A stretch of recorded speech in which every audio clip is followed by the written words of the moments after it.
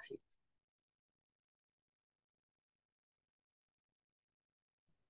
Baik, terima kasih Pak Agus atas paparannya dan juga refreshingnya ya kepada kita semua. Mudah-mudahan apa yang disampaikan Pak Agus tadi makin menjelaskan kepada para operator khususnya nih, Bapak Ibu yang menjadi operator aplikasi asik di setiap puskesmas. Mungkin apakah dari Bapak Ibu ada yang mau ditanyakan terkait kendala-kendala yang di lapangan yang Bapak Ibu hadapi yang sampai saat ini mungkin belum bisa ada solusinya gitu di tempat Bapak Ibu sehingga untuk itulah kami mendatangkan narasumber Pak Agus supaya apakah kendala tersebut bisa diatasi sehingga cek kesehatan gratis di puskesmas Bapak Ibu bisa dilaksanakan dengan baik. Saya persilakan Bapak Ibu, silakan. Apakah ada yang mau resen?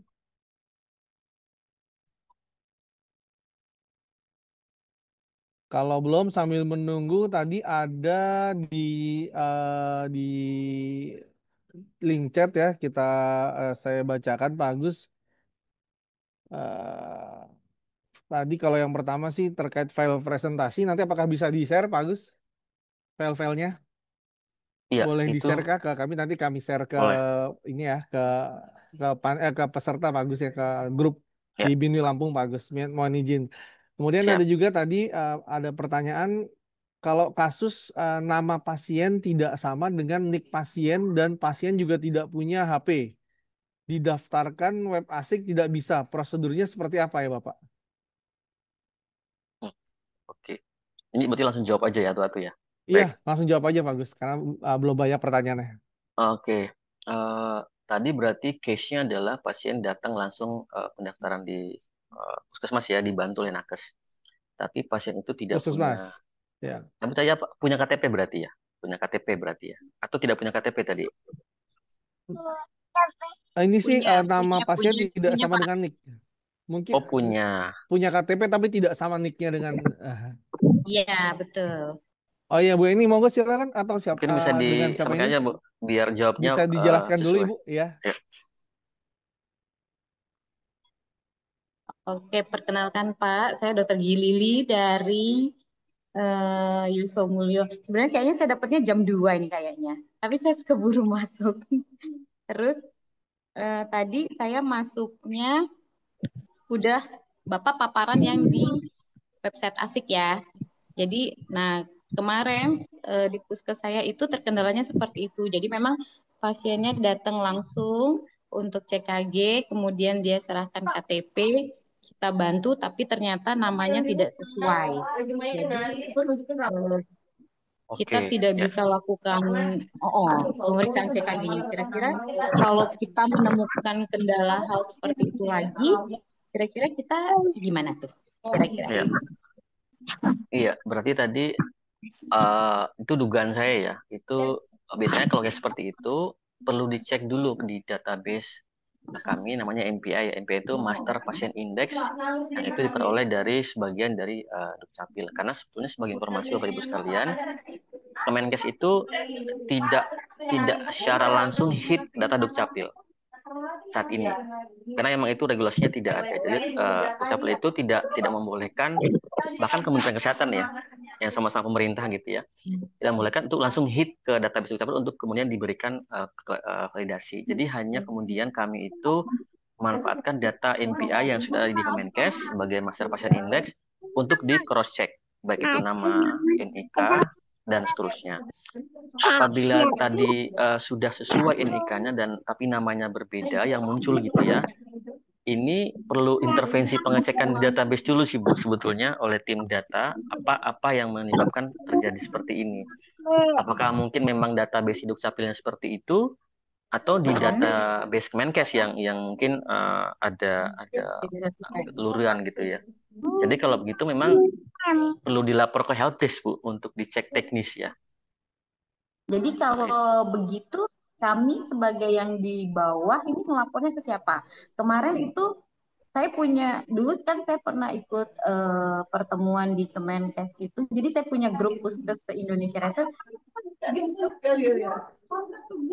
Ya, Dokter Ringo, saya kira kalau berurusan dengan CKD ya. banget. Kami saat ini adanya untuk helpdesk itu di email ya, Bu. Di email. Memang kalau misalnya via Bu Rima juga bisa sih. Cuman itu kan beliau, saya juga biasa dikirimin gitu ya. Tapi itu nanti jalurnya akan kemudian tidak menemukan solusi gitu karena banyak yang kirim WA gitu. Sebaiknya yang secara alur itu nanti dikirim email ke email helpdesk. Nanti itu tuh ada tim khusus yang memang menjaga email masuk helpdesk tiap hari. Itu misalnya ada 100 email masuk, itu akan dirunut untuk dijawab langsung. Memang saat ini belum ada mekanisme helpdesk via WA atau telepon. Karena kemarin dari Oke. itu nanya, bisa nggak kalau yang via telepon, via WA, itu saat ini tidak ada. Dan sebab itu adanya hanya email, dan itu nanti diinventarisir oleh tim helpdesk untuk kemudian dicari solusi. Langsung dijawab, atau jawabannya itu adalah kami akan cek dulu ya. Jadi ada dua jawaban. Pertanyaan yang simple-simple dia dia ada jawabannya yang oke oke langsung solve gitu ya. Ini jawabannya ada di sini.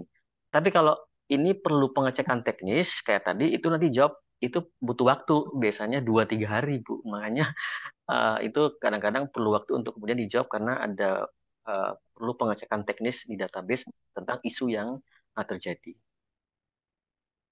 Berarti Kira-kira kalau gitu. gitu, berarti nanti minta tolong share link Helpdesk-nya ada. Email emailnya berarti email ya Pak? helpdesk. Iya.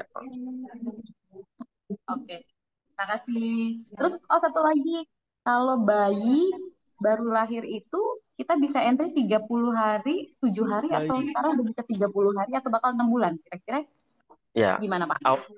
Ya, BBL itu kan awalnya itu CKG di Februari sampai kayaknya di pertengahan April apa di awal April ya. Sampai April Itu ya? hanya itu Oh, hanya terbuka sistemnya 30 hari. Lalu ya. apa ada masukan? Ternyata ada satu variabel BBL itu saya lupa apa empedu ya. Empedu itu dia itu baru bulan keempat diperiksa. Ya, Lah gimana iya kita mau Mas. nginput kalau udah Dua tertutup kasusnya. sistemnya? Ya, bulan ketiga ya, Iya. bulan ketiga ya. Nah, ya kami ikut aja ya sudah, berarti kita akan dibuka sampai bulan kelima, Bu. 150 hari. Berarti Jadi dari dia lahir, terus dia lahir SHK, sampai itu berarti 5 bulan Pak. 5 bulan. Tapi setelah itu selesai Berarti terkunci, kalau tertutup sistemnya. Berarti kalau dia bulan Januari bulan 1, berarti dia masih bisa kita entry di bulan sampai bulan Mei ini. Masih bisa.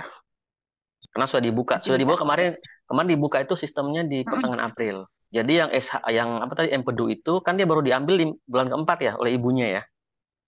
Pemerintah itu bisa Mm-mm. diinput karena sudah terbuka sampai bulan kelima. Tapi kalau sudah lewat dari 5 bulan, misalnya 160 hari, udah lewat 10 hari kan, itu terkunci sudah nggak bisa diinput lagi karena memang seperti agar tadi ya tidak ada missing opportunity yang kemudian tidak diinput datanya. Oke.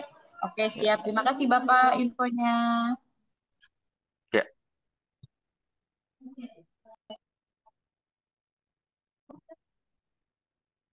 Iya baik, terima kasih Pak Agus. Berarti Dokter Gigi Lili sudah jelas ya Dok tadi bahwa ketika yang di apa nama pasien tidak sama dengan NIK nanti bisa melalui helpdesk dahulu, tapi memang email ya Pak Agus ya lewat email sehingga nanti ada tim khusus sendiri. Aman nggak suara saya? Aman. Sehingga nanti ada tim khusus yang ditugaskan untuk menindaklanjuti keluhan-keluhan yang melalui email helpdesk. Kemudian ada juga Pak Agus pertanyaan bagaimana cara merubah profil di Satu Sehat Mobile nih, karena nama dan nick berbeda. Di Satu Sehat Mobile muncul nama orang lain tidak bisa dirubah di profil. oke ini isu pelik nih kalau yang ini. Jadi Oh, susah kalau juga itu. uh, uh, uh, jadi kalau Bapak atau Ibu sudah punya akun Totset Mobile, tapi tadi yang beda namanya ya apa apa NIK-nya? Ternyata NIK-nya yang beda namanya ya. Itu biasanya itu kalau yang bisa diedit itu hanya adalah terkait nomor telepon sama jenis kelamin. Itu bisa langsung diedit. Tapi kalau NIK dan nama, kalau sudah terlanjur di daftar itu memang ini ceritanya begini. Dulu kan itu namanya Peduli Lindungi ya Bapak Ibu ya. Tahu ya, yang waktu COVID kan itu Iya, namanya Peduli ya, Lindungi. peduli nih. Lalu banyak database di situ. Ketika diadopsi atau kemudian digunakan di Satu Sehat Mobile, itu kan ada perubahan database. Nah, kemungkinan Bapak atau Ibu yang tadi namanya beda ini, itu adalah pengguna lama Peduli Lindungi yang ketika migrasi berubah jadi satu set mobile, itu ada masalah di sisi migrasi datanya. Sehingga datanya itu kok beda. Nah, solusinya adalah saat ini Bapak Ibu eh, pernah dengar nggak namanya eh, data Dukcapil ini? Eh, yang online gitu. Jadi ada aplikasi Dukcapil untuk memverifikasi NIK. Biasanya kalau Bapak Ibu sudah punya aplikasi NIK Dukcapil itu dan sudah terverifikasi, itu bisa dilakukan edit di situ. Tapi kalau belum punya, maka tadi solusinya adalah memang perlu kami minta ke tim tag-nya sama datanya SSM untuk dicek agar orang ini gimana solusinya dipindahkan sesuai dengan nama yang benar. Begitu, Pak. Berarti dengan kata lain memang harus dicek dulu di Dukcapil ya, ya Pak Agus ya. Iya, apakah memang Dukcapil satu atau di database-nya SSM? Bisa jadi Oh, Dukcapil oke. betul, betul dia Tapi tidak SSM-nya yang salah gitu SSM-nya ya. yang salah. Nah, karena Kalau ini kan kalau data untuk ini kan dari Dukcapil juga. nah kalau untuk meminta bantuan ngecek database di SSM dengan siapa Pak Agus? Sama tadi helpdesk juga, Pak. Helpdesk juga. Oh ya, Jadi siap. jadi nanti Baik. habis itu mengeluarkan email dan mungkin screenshot aja tampilan SSM-nya dan jelaskan di situ email misalnya nama saya kok beda, ini kayak bener ini nanti akan di cross check. Baik, dengan catatan di Dukcapil sudah oke Pak Agus ya. Jadi Iya, artinya kalau Dukcapilnya bisa emang bantuan error di berarti helpdesk emang nggak usah ngapa-ngapain tuh, Pak. di siap. Iya. Baik Pak Agus, kita lanjut lagi Pak Agus. Di sini juga ada pertanyaan lagi. Saya bacakan lagi. Bagaimana jika tabel agregat tidak muncul di dashboard, Pak? Oke, agregat itu adanya di kehadiran sama layanan saya kalau nggak salah ya. Saya harus lihat lagi. Jadi saat ini itu tabel untuk agregat dan data individu bahkan individu itu sedang dikembangkan. Agregat itu hanya bisa Oh, sedang muncul di dikembangkan. yang bisa muncul di level Dinkes pusat, Dinkes provinsi dan Kapkota itu adalah tabel agregat. Nanti bisa di-download jadi Excel. Tapi kalau puskesmas itu nanti akan muncul tabel individu yang mana ada nama, detail NIK, apa hasil diagnosanya, apa hasil pemeriksaan EKG-nya dan semua dan alamat dan semuanya. Itu bisa diakses oleh puskesmas sebagai Vaskes. Itu bisa di-download untuk digunakan untuk analisa lebih lanjut. Mudah-mudahan di akhir Mei, ini target kami 26 Mei, itu tabel itu sudah muncul gitu ya. Mudah-mudahan ya. Biasanya kan dia geser-geser tuh tim pengembangannya itu. Jadi mudah-mudahan tidak geser. Nah, Jadi di akhir Mei itu nanti Bapak Ibu bisa melihat tabelnya gitu ya. Sehingga pertanyaan dari daerah, Pak, kami nggak bisa nih lihat data individu atau berapa sih rangkuman pemeriksaan di daerah kami karena datanya nggak bisa download, datanya hanya ada kotak-kotak kart itu saja. Gimana kami melihatnya, Pak? Jadi Masih itu bisa di akhir Mei. buka pendaftarannya.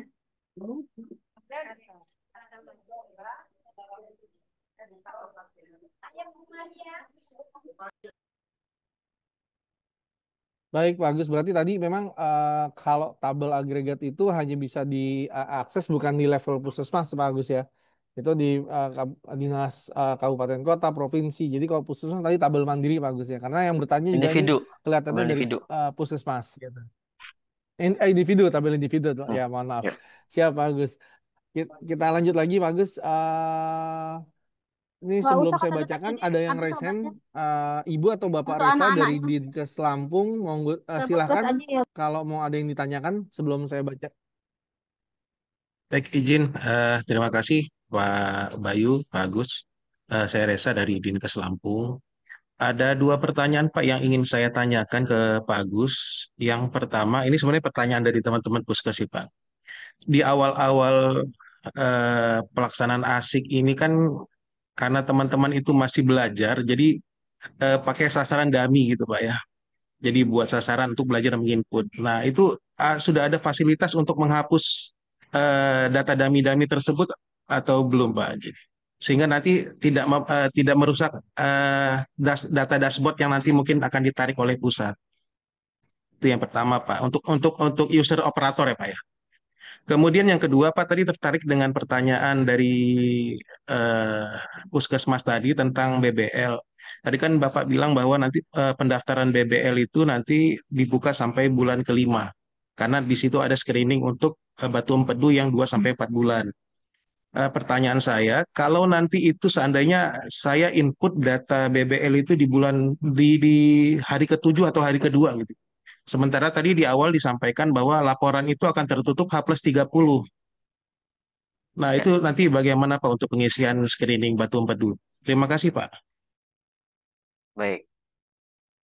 Iya, pertama tadi tentang data dummy atau data latihan gitu ya. Itu Pak, mungkin saya konfirmasi itu berapa lama Pak itu data itu kemudian apakah seminggu atau sebulan data-data yang mungkin latihan tadi itu atau hanya beberapa hari Di Pak? awal-awal mungkin sih Pak ya, di awal-awal muncul launching asik itu sekitar bulan Februari mungkin Pak ya. Ya, sebetulnya Pak, jadi memang ini kan dia adalah ASIC production ya, yang memang data real. Jadi kalau sudah diinput oleh Nakes dan sudah disubmit itu kalau di kami database ya kami percaya itu data real gitu ya. Karena tidak ada mekanisme untuk mana real, mana dummy, mana latihan gitu ya. Jadi apapun yang masuk adalah data yang kalau di Kemenkes adalah data yang dianggap adalah real. Dan kalau ditanya gimana cara ngapusnya, memang itu eh, perlu diidentifikasi dulu oleh tim Bapak mana yang memang itu data tadi latihan atau data dummy, mana data real. Nah, kalau emang itu mau dihapus ya atau mau apa tadi ya diedit. Kalau edit tidak bisa. Tapi kalau misalnya mau dihapus karena emang itu data tidak bisa dipertanggungjawabkan misalnya, itu Bapak perlu memberitahukan mana-mana saja yang tadi data itu adalah data dummy. Misalnya 200, kasih nama NIK, terutama kami minta nama, NIK sama nomor tiketnya saja. Tiga itu per orang, 100 orang. Ini data ini adalah data dummy Pak, tolong dihapus saja. Itu bisa dilakukan di belakang. Tapi bukan dihapus di website enggak. Itu nanti di belakang aja. Kalau emang ada datanya. Tapi kalau Bapak, oh saya nggak punya data detailnya, ya berarti nggak bisa dihapus Pak. Karena emang sudah bercampur dengan data real. Itu tidak bisa diidentifikasi mana yang asli, mana yang dummy tadi. Kayak gitu Pak. Kemudian yang kedua tadi tentang inputan BBL. Uh, BBL itu kan ada beberapa parameter ya, ada 4 apa 5 gitu ya. Itu tuh langsung diinput di hari atau hari itu untuk yang 5 itu. Tapi ada satu parameter yang dia itu ditunggu sampai dia umur 4 bulan maksimal gitu ya. Nah, kalau pemeriksaan yang hari itu dilakukan, itu langsung diinput hari itu. Lalu satu lagi kan itu dia belum dilakukan ya nanti bulan keempat. Jadi khusus BBL itu dia bisa terbuka sampai 5 bulan. Jadi khusus BBL saja, Pak. Tapi untuk prasekolah, lansia, dewasa itu dia 1 bulan. Jadi dibikin kamar-kamar seperti itu untuk membuka khusus BBL dia terbuka sampai 5 bulan karena tadi ada window untuk menunggu bulan keempat agar bisa diambil empedu dan bisa diinput. Gitu, Pak. Baik Pak. Artinya kalau untuk yang usia BBL ini nanti laporannya tetap terbuka sampai 5 bulan ke depan Pak ya, sampai usianya 5 bulan Pak ya. Iya, iya. Oke, terima kasih Pak Gus atas jawabannya. Baik, Pak Reza. Sama-sama, Pak. Kalau sudah jelas Pak Reza, terima kasih atas pertanyaannya Iya, Pak Agus. Kita lanjut Pak Agus. Di Ya, sini ada silakan. kayaknya satu pertanyaan tapi banyak yang mendukung nih. Artinya di mana kami bisa melaporkan keluhan terhadap website ketika sedang pelayanan? Apakah ada customer service atau layanan pengaduan? Nah ini Pak. Ya.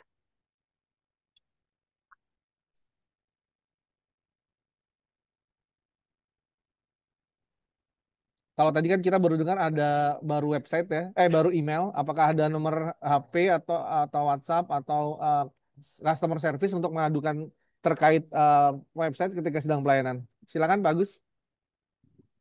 Ya, mohon maaf saya off kamera ini stabil gangguan sinyal di saya. Mudah-mudahan tetap terdengar ya Bapak Ibu. Ya, bagus. Memang saat ini kalau di internal tim DTO adalah fokusnya adalah tadi ya pengembangan sistem dan juga helpdesk yang memang pelayanannya seperti itu. Yang saat ini disediakan oleh tim oleh Pusdatin gitu ya. Kami kan di bawah Pusdatin Kemenkes itu adalah helpdesk. Terus itu ada beberapa orang yang mana memang channelnya baru ada di email tadi. sebetulnya kami juga sangat senang sekali atau ingin juga gitu ya ada penyediaan tim khusus yang bisa respon cepat. Bahkan mungkin kayak bank gitu ya, bisa nggak langsung ditelepon atau di chat gitu ya, atau mungkin langsung direspon dalam waktu setengah jam atau 10 menit misalnya. Itu juga kami sangat inginkan gitu ya, agar ada. Karena kami paham juga bahwa teman-teman di lapangan itu sangat butuh kejelasan jika ada trouble di sisi aplikasi. Karena kan pasien nggak mungkin disuruh pulang gitu ya, tapi tetap harus berjalan. Nah, kami saat ini tuh helpdesk-nya ada dua tier, Bapak Ibu sekalian. Satu adalah tier menjawab eh, eh, yang menjawab hal-hal teknis yang itu adalah sifatnya IT, gitu ya. Jadi misalnya ada namanya tier 2. Tier 2 itu adalah tim yang kemudian menangkap email tadi, lalu diidentifikasi, oh ini pertanyaan yang dijawab itu jawabannya adalah pakai pedoman. Di jawabannya itu sudah ada di panduan, nanti dikirimin, oh ini panduannya Pak, baca di situ. Itu adalah pertanyaan yang sifatnya bukan IT. Tapi kalau pertanyaan adalah sifatnya error, data nggak muncul, atau yang lain itu kan sifatnya IT ya, yang perlu dicek. Itu namanya helpdesk tier 1 yang perlu dicek dulu di belakang menggunakan data dari keluhan yang diberikan di helpdesk itu. Misalnya data data NIK misalnya atau apa yang dicek. Nah, sebetulnya yang kurang ini adalah tier yang di level 2 tadi gitu ya. Jadi ada pengadaan tim gitu ya. Mungkin Bapak Ibu juga sudah paham lah ya. Helpdesk itu kan biasanya dibantu oleh vendor gitu ya, pihak ketiga yang bisa ready melayani 24 jam. Nah, sayangnya anggarannya itu tidak sampai segitu gitu ya untuk menyediakan 100 orang helpdesk yang bisa melayani 24 jam atau bahkan 8 jam kerja gitu ya. Jadi terbatas di situ sehingga seadanya hanya bisa kemudian melayani yang via email. Karena kalau paket-paket helpdesk itu kan biasanya ada kalau di bank gitu ya atau di lain-lain itu ada paket telepon, paket chat, ada paket email. Nah, itu ada paket-paket khusus yang juga tadi kembali ke anggaran, Bapak Ibu. Kita pasti udah mengerti di hal administratif yang kemudian ada beberapa batasan yang kemudian itu tidak bisa dilakukan. Kalau ada itu kami sangat senang, bahkan kami juga pernah minta tuh Pak, ada nggak? Jadi kami nggak keteteran tuh menjawab pertanyaan dari daerah, tapi kan tidak kemudian semudah itu untuk melakukan pengadaan helpdesk yang bisa real time menjawab telepon atau WA. Jadi kekurangannya di situ sih. Semoga bisa dipahami Pak.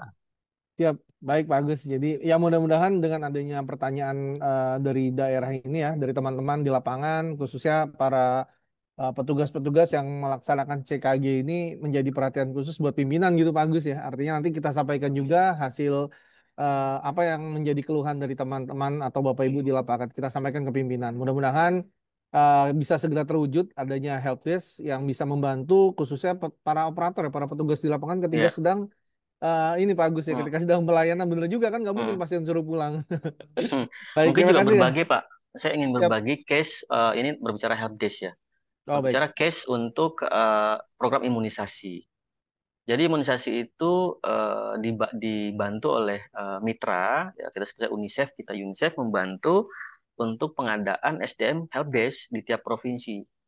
Tapi dia itu memang kan hanya untuk imunisasi gitu ya. Itu pernah. Oh oke. Jadi memang ada mekanisme-mekanisme yang kemudian butuh butuh sokongan juga dari sisi administratif yang bisa memperlancar ini. Tapi memang di CKG kan ini adalah pengampunya di Dirjen P2 ya, Dirjen Kesprimkom ya, Oke, atau Spremcom PKP. iya. Nah, jadi mungkin kalau ada hal itu kita sangat senang Pak dibantu juga untuk Siap. Nanti memudahkan di lapangan gitu. Tapi saat ini sampai saat ini kayaknya belum belum ada itu atau mungkin nanti belum belum ada diskusinya mungkin Pak ya. baik Pak. Iya Pak Agus. Baik, kita lanjut lagi Bapak Ibu. Di sini masih ada beberapa pertanyaan juga. Izin bertanya di Puskesmas, jika di Puskesmas ada fasilitas pemeriksaan yang tidak lengkap, misalnya untuk pemeriksaan EKG, SGOT, SGPT, apakah boleh diperiksakan? Apakah boleh tidak diperiksakan atau ada solusi lain, Pak Agus? Oke, itu bisa dua. Satu di dicentang tidak diperiksa gitu. Tadi yang saya ada tadi ya. Jadi dicentang tidak diperiksa karena memang kapasitas puskesmas tidak memungkinkan.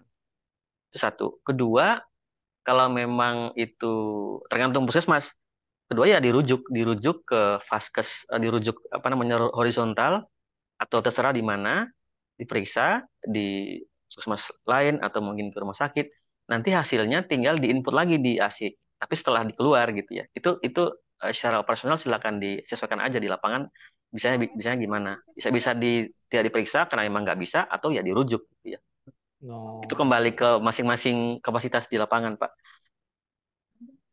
Kalau dari sisi ASIK hanya menerima inputan kan, Pak. Jadi kalau nggak diperiksa ya sudah nggak diperiksa. Kalau diperiksa ya sudah diinput gitu aja secara sistem ASIK itu. baik bagus. Ya, kita lanjut. Masih ada beberapa juga, Pak Agus. Mudah-mudahan sudah terjawab ya, Bapak Ibu. Mungkin kalau memang masih ada yang kurang jelas dari Pak Agus, bisa resign ya, Bapak Ibu. Sambil kita melanjutkan untuk menjawab pertanyaan-pertanyaan yang ada di link chat. Di sini ada juga izin bertanya untuk verifikasi Satu Sehat agar aplikasi Satu Sehat bisa terkoneksi dengan rekam medis pasien, apakah bisa diverifikasi lewat Satu Sehatku? Lewat Sehat Indonesiaku. Karena pasien menanyakan untuk verifikasi Satu Sehat tersebut. Terima kasih. Oke. Jadi mau verifikasinya lewat Kasih ya. aplikasi Sehat Asik gitu Pak Agus. Ya. Mohon maaf Ibu, Bapak yang bertanya. Jadi untuk verifikasi itu verifikasi profil tadi ya. Untuk akses rekam medis itu bukan di ASIK ya. Karena untuk fitur rekam medis yang ada di SSM itu adalah kaitannya dengan penyedia RME setempat. Dalam hal ini Simpus atau SIM-RS atau SIM Klinik. Artinya adalah yang bisa melakukan verifikasi adalah sistem RME setempat, yaitu Simpus Bapak Ibu di puskesmas yang ada. Dan itu syaratnya banyak ya. Itu biasanya syaratnya adalah kalau Simpus Bapak Ibu atau sistem RME Bapak Ibu sudah koneksi ke Satu Sehat, itu bisa. Tapi itu pun yang melakukan biasanya bukan tenaga puskesmas. Biasanya itu tenaga IT, biasanya ya tenaga IT dari vendor Simpus, atau kalau enggak yang nakes yang sudah dilatih melakukan verifikasi oleh vendornya. Nah, biasanya gitu. Contoh kalau di DKI itu biasanya kan dia vendornya vendor X gitu ya. Dia sudah melatih tenaga admin atau tenaga IT lah sebutnya di puskesmas untuk bagaimana cara melakukan verifikasi kepada pasien yang ingin melakukan akses ke dalam fitur rekam medis di SSM. Itu biasanya seperti itu. Jadi bukan di ASIK, karena ASIK itu kan dia bukan sistem RME ya untuk saat ini. Jadi dia bukan Simpus dan dia juga bukan SIM RS ataupun SIM Klinik. Jadi bukan di ASIK ya, tapi di Simpusnya tadi dengan syarat sudah koneksi dengan Satu Sehat platform. Siap. Terima kasih Pak Agus. Mudah-mudahan Bapak atau Ibu Arifan sudah jelas ya dengan jawaban Pak Agus. Kemudian dari siapa nih Ibu kali ya, Ibu Eci, Dinkes Prof Lampung. Bila ada perbedaan jumlah data dashboard yang ada di puskesmas dengan data dashboard yang ada di akun Dinkes Kabupaten. Nih, mana data yang bisa kami pakai untuk laporan? Tapi kok bisa ada perbedaan Pak Oke, Agus ya? Memang ada kasus kayak gini Pak Agus? iya, iya. Kalau perbedaan itu perlu dipastikan dulu itu sudah tab yang sama ya. Jadi tab pendaftaran dan tab pendaftaran gitu ya, atau tab pelayanan dan tab pelayanan. Kalau memang sudah benar sama-sama gitu ya, tabnya kok tab pelayanan kok di Puskesmas A 200. Kalau di dashboard saya di Dinkes kok 180, kok 20-nya gitu, kok beda gitu ya. Jadi ini perlu penjelasan teknis gimana ya, saya jelasin biar analoginya mudah dipahami.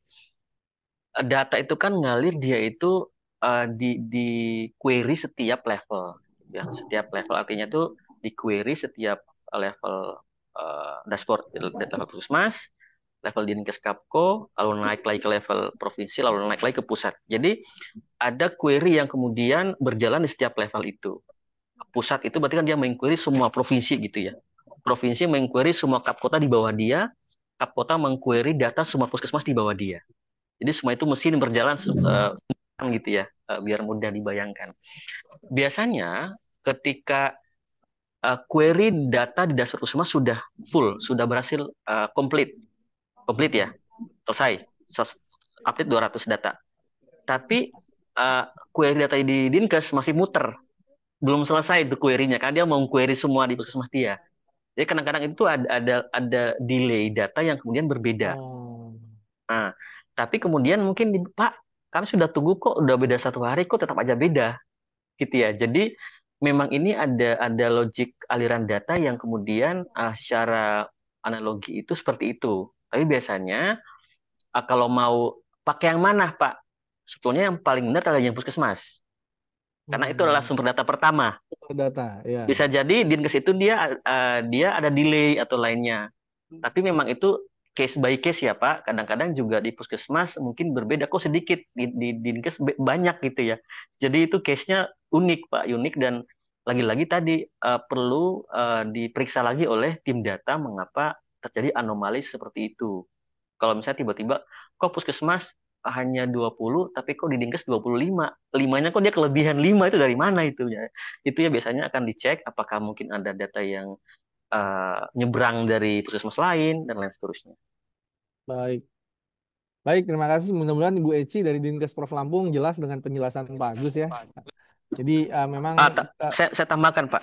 oh iya, Tapi nanti dengan adanya tabel download yang tadi saya bilang akan rilis di akhir Mei, itu mudah-mudahan bisa memudahkan dan sudah meminimalisir kejadian seperti itu.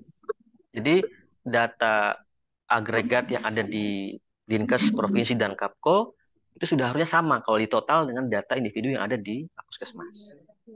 ya. Ya berarti mudah-mudahan pengembangannya dapat berjalan dengan lancar sehingga tidak ada lagi perbedaan-perbedaan data, Pak Agus ya. Ya. Baik, selanjutnya ada yang menanyakan begini, Pak Agus. Selamat siang, izin bertanya, jika akun operator tertukar dengan puskesmas lain, bagaimana solusinya Pak Gus? Jadi puskesmas A Oke. tapi akunnya ternyata punya puskesmas B gitu. Apakah harus lapor tadi email helpdesk atau? Mungkin saya perlu tanya ke yang bersangkutan. Akunnya itu levelnya Bapak atau Ibu levelnya administrator atau akunnya pengguna biasa? Bu Nanda, apakah bisa mendengar suara saya, Bu Nanda? Apa masih di ruang Zoom? Puskesmas Pagelaran, Pringsewu. Bu Nanda? Oh iya, silakan. Tadi Pak Agus ada yang ingin ditanyakan terkait pertanyaan Ibu juga. Selamat siang Pak, izin bertanya dari Puskes Pagelaran. Ya.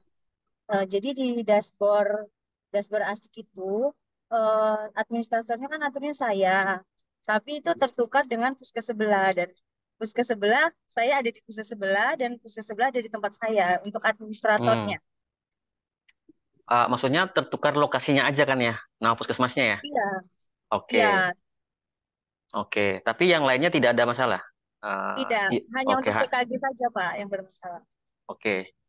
Itu berarti saya butuh nggak tahu nanti via panitia atau yang lain nanti saya butuh nama lengkap ibu yang waktu itu ibu daftarkan ketika mengisi form plus Oh ya ya. tadi kalau misalnya butuh ada gelar pakai gelar yang dulu di input kemudian nama puskesmas dan juga nama yang tadi yang tertukar itu. Jadi saya butuh Oh, dua nama. Jadi nanti saya akan pindahin, saya akan tukar gitu. Dipindahin gitu ya. ini saya kirim kemana Pak? Tadi biar gimana? Halo, putus-putus di saya. Iya, halo. Oh, Ini tadi kirim namanya ya. kemana data? Nanti tadi ya. Jadi segala sesuatu itu biasanya biar di counting di helpdesk itu nanti di email di helpdesk aja, Bu. Oh, di helpdesk ya Pak, siap. Nanti nama ibu, puskesmasnya, dan nama tadi yang tertukar dan juga puskesmasnya. Nah, nanti ditukar roles-nya. Dan jelaskan apa? Jadi jelaskan di email itu kok kami tertukar, seharusnya saya di sini, dia di sana gitu. Jadi jelaskan nanti biar nanti Baik kita Pak. proses. Baik Ya. Pak, terima kasih. Baik, terima kasih Bu Nanda. Mudah-mudahan jelas ya. Nanti jadi tinggal ditindaklanjuti di email helpdesk. Mudah-mudahan segera mendapatkan solusi. Ada lagi Pak Agus, pertanyaan bagaimana jika kasusnya terdapat pasien di atas umur 60 tahun dan dia datang sendiri untuk cek kesehatan gratis tidak membawa gadget. Sementara dalam proses penginputan perlu memasukkan wali. Bagaimana solusinya Bapak? Oke. Dia sebentar. Saya ketik dulu ya email helpdesk ya, karena saya tadi sudah ngomong tapi belum kirim. Help desk biar langsung bisa dicatat saja. Kemkes.go.id. Kemkes.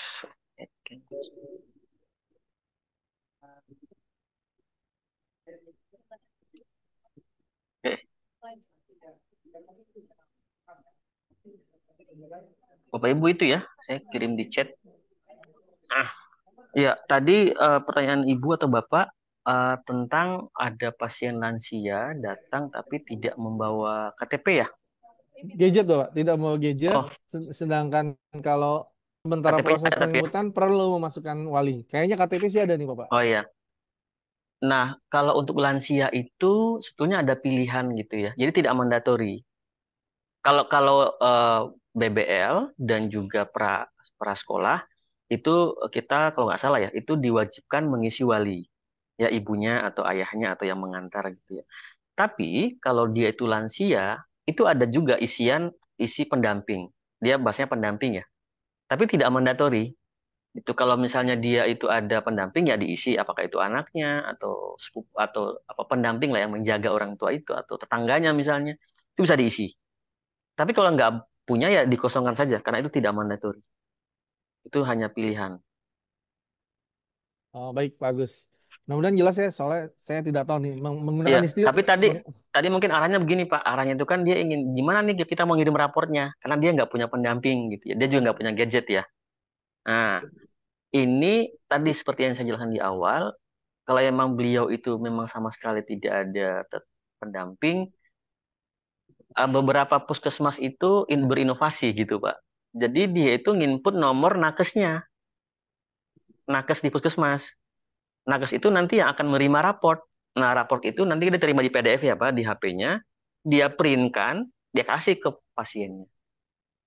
Gitu. Itu kembali ke inovasi masing-masing. Akan juga dia eh, mencari ada nggak tetangganya, ada nggak siapa pokoknya dicari keluarga yang punya HP yang memang dekat dengan beliau. Tapi tadi kalau itu juga berisiko, takutnya nanti data individunya tersebar di mana-mana. Jadi mungkin memang amannya itu di nakes yang nomornya nakes dikasih ke nakes nanti diprintkan PDF-nya diberikan ke yang bersangkutan langsung. Baik, bagus. Mudah-mudahan jelas ya jawaban dari Pak Agus. Ini saya nggak tahu ibu atau bapak soalnya tulisannya hanya FR gitu, bagus. Dari puskesmas mana juga tidak menjelaskan. Kemudian ada lagi, Oke. apakah CKG terintegrasi dengan RME di puskesmas? Karena Nah, karena di aplikasi RME kami ada tulisan tandai yang sudah pemeriksaan PKG. Apakah bisa kami klik apabila pasien tersebut sudah pemeriksaan PKG atau bagaimana, Bapak? iya, itu adalah tas besar yang perlu dilakukan, Bapak Ibu sekalian. Karena sebetulnya tidak hanya integrasi dengan RME masing-masing, tapi juga dengan berbagai program yang ada gitu ya. Sebut saja PTM gitu ya. PTM itu kan adalah screening PTM yang sudah jalan sebelumnya ya. Lalu CKG masuk gitu ya. CKG kan juga dalam kan ada PTM juga, ada paket PTM. Nah, itu gimana kalau kita apakah ikut dua-duanya gitu. Nah, itu sudah masuk dalam list untuk dikerjakan sehingga memang program PTM itu juga bisa mendapatkan manfaat atau mengklaim capaiannya itu dari CKG, terutama untuk paket dewasa lansia yang untuk PTM. Jadi bisa saling top up data. Itu sedang akan kami masukkan dalam pengerjaan. Tapi kalau untuk yang TRME, ini masih diskusi awal, Pak. Karena Oh, memang ini oke. strateginya akan ada perubahan. Karena kalau saat ini RME itu kan kita bergantung ya, tanda kutip bergantung kepada vendor penyedia sistem informasi Vaskes, Simpus, SIM klinik atau SIM rumah sakit. Dan kenapa saya bilang bergantung tadi? Karena eh, data itu belum bisa kemudian di-bridgingkan atau diintegrasi ke satu sehat platform kalau penyedia atau vendor simpusnya itu belum melakukan perbaikan atau mengikuti standarnya satu sehat. Makanya tadi saya bilang bergantung ya. Karena kita nggak bisa maksa vendor, kita maksa sih sebetulnya ada SE gitu ya, penekanan SE agar segera wajib RME, wajib mengirimkan eh, data sekian. Tapi itu kan kemudian adalah eh, saat ini masih proses gitu ya, belum ada sanksi yang real. Ya itu yang perlu juga kita tekankan. Tapi sampai saat ini memang belum semua simpus itu terintegrasi dengan satu sehat dan masih banyak yang perlu didorong. Jadi itu PR dan tantangan besar sehingga saat ini belum bisa diintegrasikan. Dan gimana tadi kalau mau identifikasi mana yang sudah CKG, mana yang belum, memang puskesmas jadinya masih harus manual, Pak. gitu ya. Jadi dia harus tanda kutip ini gimana ya? Dia harus download, dia harus buka dua dashboard tuh. Dia buka data-data di CKG, lihat namanya, oh ini Agus, oh ini sudah, oh ini belum, gitu. Jadi masih harus manual karena saat ini belum ada bridging. Dan masalah bridging ini kan bukan masalah tentang ke satu puskesmas, tidak, tapi harus ke semua ekosistem Simpus yang ada. Dan Simpus itu bukan satu penyedia di Indonesia ini, ada ratusan. Banyak ya. Iya. Karena memang diperbolehkan, Pak ya. Iya, dibolehkan, bukan Iya. ratusan. Kalau cuma satu sih mudah, kita tinggal satu, bikin satu, jelas. Tapi ini ratusan, kita banyak nih talinya yang disambung-sambungkan. Makanya tadi kita hanya mengeluarkan standar, sehingga kita minta ke masing-masing vendor itu mengikuti.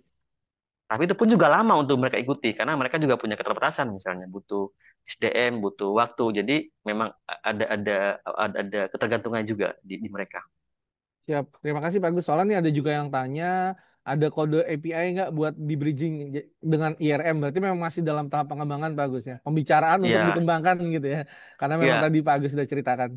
Saya sambungkan Pak, karena tadi dia sebut API.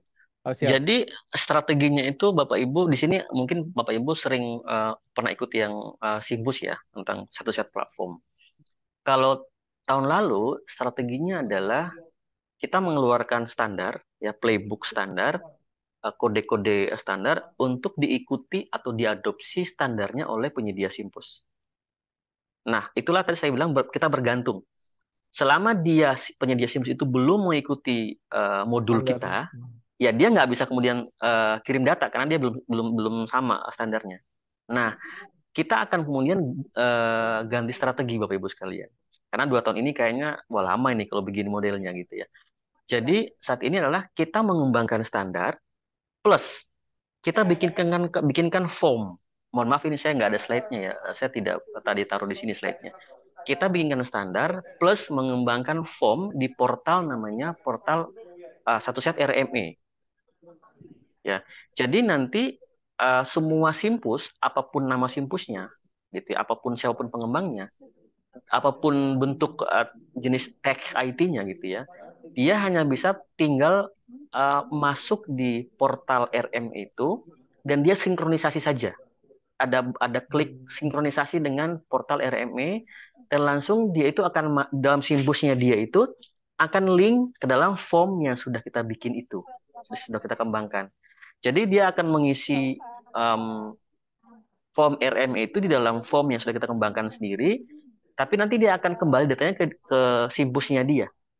Itu yang sedang akan kami gantikan. Jadi pendekatan itu tidak lagi bergantung menunggu vendor mengikuti standar kita. Nah, itu arahannya, diskusinya masih awal sebetulnya Pak, tapi itu yang bisa kami sampaikan, perubahan strateginya seperti itu. Baik, siap Pak Agus. Terima kasih informasinya. Ya mudah-mudahan ke depannya apa yang menjadi masukan atau keinginan dari petugas di lapangan bisa direalisasikan Pak Agus. Yang penting untuk memudahkan para Amin. petugas menjalankan pekerjaannya. Ini ada sebenarnya sih mungkin jawabannya tadi kali Pak Agus. Sekarang pertanyaannya terkait data peserta yang tidak sama bagaimana jika waktu didaftarkan data peserta tidak sesuai padahal nama, NIK, dan data lain sudah sesuai dan juga terdaftar sebagai peserta JKN dengan NIK yang sama. Akhirnya peserta tidak jadi didaftarkan. Ini mungkin tadi Pak Agus ya bisa di helpdesk dulu dicarikan di database di tadi ya di satu Sehat Mobile. Jadi sehingga data dan nama dan NIK-nya bisa dipastikan itu adalah orang yang sama. Kemudian ada pertanyaan, apakah rujukan pemeriksaan penunjang yang tidak terdapat di puskesmas bisa menggunakan rujukan BPJS? Rujukan pemeriksaan penunjang yang tidak terdapat di puskesmas bisa menggunakan rujukan BPJS. Iya, kalau ini saya takut salah jawab Pak. Karena Saya ini juga. pertanyaan program yang mungkin bisa dijawab sama di tackle PKP ya. Tapi kalau mungkin informasi umum saja, program CKG ini itu hanya screening ya, screening di Vaskes A.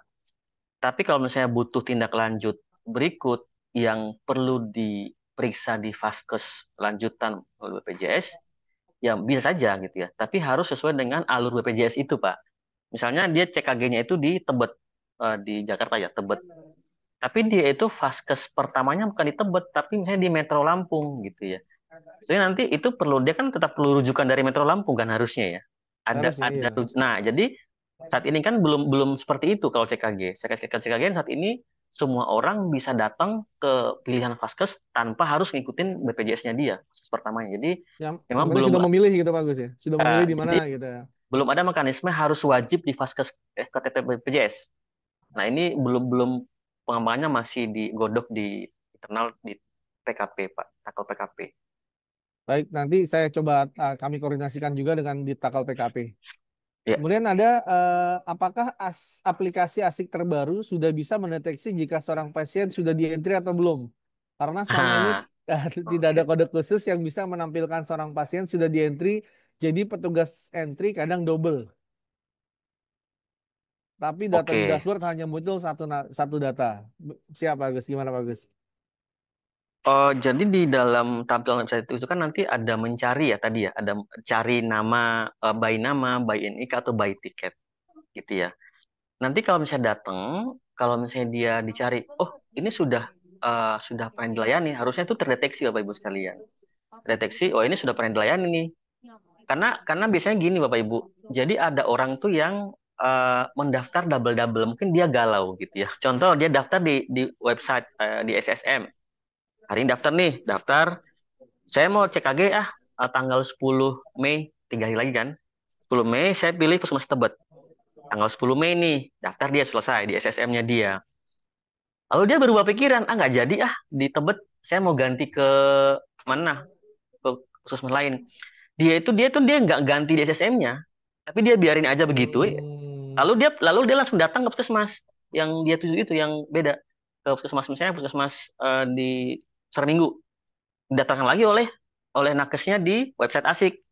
Nah, karena dia daftarnya di dua channel gitu ya, tiketnya dua gitu ya. Ada tiket yang di SSM yang belum expire tadi, sama tiket yang di website ASIK.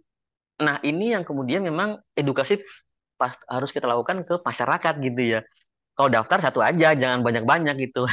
Dan harus sesuai yang dipilih. Ini yang kemudian menjadi bingung, wah ini kok tiketnya nggak kebaca ya. Ternyata dia itu pernah daftar di SSM, tapi dia nggak batalkan gitu. Dia nggak ganti, tapi daftar lagi di WA atau di website ASIK. Sehingga tiketnya double, tapi kok ini belum dilayani, yang mana kita mau pakai tiketnya nih. Jadi hal-hal demikian Pak, yang mungkin edukasi juga kita perlu masukkan ke masyarakat agar kalau mau daftar itu cukup satu channel, jangan banyak channel gitu ya. Biar nanti tiketnya itu tidak membingungkan nakes ketika mau dilakukan penginputan.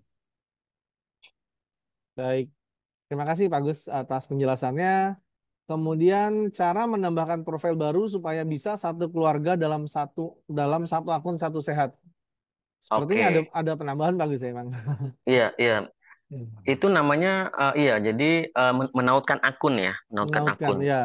Iya, jadi kalau akun itu yang saya tahu kan tidak ada batasan setahu saya, tapi pastikan itu adalah anak yang berusia 15 tahun ke bawah. Jadi bayi sampai remaja gitu ya. Tapi kalau orang tua, saya nggak bisa ditautkan gitu ya. Itu ada bahannya sih Pak. Itu ada sisi khususnya tuh untuk SSM. Tapi Oh, saya nggak siap. siapkan ya. Tapi itu memang intinya itu bisa ditautkan. eh, tapi memang itu hanya untuk anak-anak 18 tahun sampai ke bawah gitu ya. Kalau udah 20 tahun itu nggak bisa ditautkan karena dia diwajibkan untuk punya akun sendiri gitu ya. Dan penautannya itu sebetulnya perlu kemudian nanti edit di profil saja. Aduh, saya nggak bawa slide-nya, Pak. Ini saya mungkin nggak nemu nih, harus cari, butuh waktu, Pak. Tapi kira-kira Iya. itu. Baik, siap. Berarti sebenarnya bisa Pak Agus ya, cuma tadi ada Bisa, ya bisa. bisa. Jadi nanti bisa dicoba Ibu. Kalau perlu nanti saya juga mungkin kalau Pak Agus sudah ketemu slide-nya bisa di-share ke Ya, kami nanti supaya saya kami kirim ya. slide-nya. Siap Pak Agus. Yang lain sih hanya meminta rekaman Zoom dan juga slide-slide-nya, slide-slide materi. Sepertinya sudah tidak ada lagi Pak Agus. Atau dari Bapak Ibu ada yang mau resen atau yang masih belum puas dengan jawaban Pak Agus atau masih bingung? Atau masih ada kendala di tempat puskesmas Bapak Ibu terkait aplikasi ASIK dan mungkin belum ada di pertanyaan tadi dan belum dijelaskan oleh Pak Agus solusinya masih bisa kita tanyakan ke Pak Agus sebelum Pak Agus meninggalkan Zoom ini. Bagaimana Bapak Ibu masih adakah? Cukup, cukup. Cukup, sudah tidak ada lagi. Ya, Baik, kalau sudah tidak ada, ya, ada Bapak Ibu. Satu new untuk daftar CKG, apakah bisa daftar dari rumah? bisa. Bisa dengan Itu dua sih. dua cara SSM dan WhatsApp. Siap. Nah, tadi jadi dari tiga cara tadi dua cara bisa dari rumah itu ya. Karena bisa Bisa. karena handphonenya mau dibawa kemana aja silakan bagus ya. Iya. Jadi ada langsung atau dari mana saja tetapi tadi ya. Jadi sudah terjawab pertanyaan terakhir nih kayaknya. Pertanyaan mendadak tapi terakhir. Baik, mungkin kalau sudah tidak ada yang ingin ditanyakan Bapak Ibu, terima kasih atas partisipasinya. Terima kasih Pak Agus atas penjelasan-penjelasannya. Mungkin saya tidak bisa menyimpulkan ya karena tadi pertanyaannya beda-beda dan banyak sekali dan Pak Agus sudah menjelaskan kepada kita semua bagaimana solusi-solusi dari kendala-kendala yang dihadapi Bapak Ibu yang khususnya petugas aplikasi asik di lapangan ya di Puskesmas. Tadi mungkin sedikit saya review ketika ada perbedaan nick dan juga nama. Kemudian tadi ada juga apakah pertanyaan bisa di bridging dengan RME dan lain sebagainya. Kemudian ada juga tadi terkait apakah ada tabel agregat keluar atau tidak dan lain sebagainya. Dan Pak Agus tadi alhamdulillah sudah menjelaskan kepada kita semua. Terima kasih sekali lagi Pak Agus atas penjelasannya, atas informasinya. Mudah-mudahan informasi dari Pak Agus bisa menjadi solusi buat semua petugas yang ada di lapangan yang menghadapi kendala dalam pelaksanaan cek kesehatan gratis. Mungkin kalau sudah tidak ada lagi. Dari saya cukup sekian. Terima kasih sekali lagi Pak Agus. Saya kembalikan ke MC Mas Nugroho. Terima kasih Mas Nugroho. Ya, terima kasih Pak Bayu, terima kasih Pak Agus atas pencerahannya.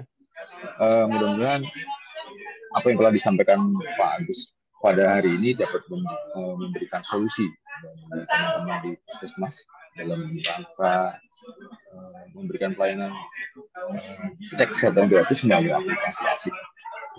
Perlu saya garis bawahi ada beberapa hal yang perlu saya garis bawahi bahwa yang dari yang disampaikan Pak Agus tadi bahwa ada 3 metode yang bisa dilakukan dalam untuk metode pendaftaran CKG yaitu melalui aplikasi, kemudian melalui WhatsApp dan langsung datang ke puskesmas atau fasilitas kesehatan dengan melalui website. Kemudian bahwa semua pengaduan dilakukan melalui email yang tadi email pengaduannya sudah dituliskan juga oleh Pak Agus itu di helpdesk@kemkes.go.id. Demikian Bapak Ibu sekalian, kegiatan kita hari ini sharing terkait dengan aplikasi asik. Baik, Bapak Ibu dan teman-teman di Puskesmas, kalau memang masih ada kendala atau ada permasalahan bisa disampaikan melalui koordinator di masing-masing kabupaten kota melalui grup WA Binwil sehingga nanti dapat kami teruskan ke tim Pak Agus atau sesuai dengan permasalahan yang dihadapi oleh teman-teman di Puskesmas. Baik, Bapak Ibu sekalian, kiranya sudah cukup siang dan Pak Agus juga sudah akan mengikuti kegiatan berikutnya. Terima kasih sekali lagi Pak Agus atas waktunya. Mohon maaf diganggu. Tadinya senang sekali sama itu. Ya, tadinya kita akan melakukan 2 sesi karena Pak Agus ada kegiatan lain, kita gabung jadi 1 sesi. Mudah-mudahan pertemuan hari ini dapat memberikan pencerahan bagi teman-teman semua di Puskesmas dan sekali lagi saya mengucapkan terima kasih atas waktunya. Saya selaku pembawa acara mohon maaf apabila ada hal kata-kata kami yang tidak berkenan. Kepada Bapak Ibu semuanya kami ucapkan terima kasih. Salam sehat. Saya akhiri kegiatan hari ini.